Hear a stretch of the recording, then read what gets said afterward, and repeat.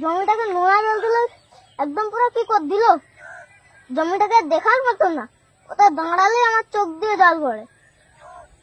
তোরা বলেছিলি? হ্যাঁ। কি বলেছিলি? আমরা বলেছিলাম যে আমাদের আর একটা মাস সময় দাও, আমরা ধানটাকে তুলে ঝাড়িয়ে নেই, তারপর তুমি যা পারো করো জলটাকে, তুমি জলটাকে তোলো তারপর তুমি করো। না, সেই ধানের উপর নোনা জল তুলে দিয়েছে।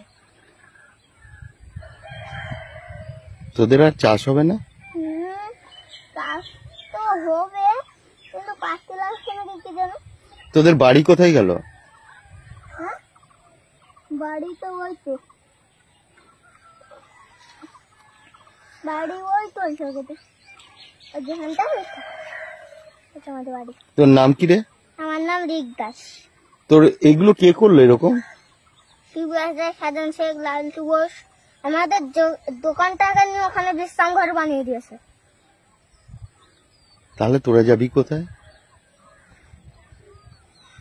দাদুর দোকানটা থাকলে এতদিন কত ভালো হতো, তাকে বিশ্রাম ঘর বানিয়ে দিয়েছে লালটু ঘোষ।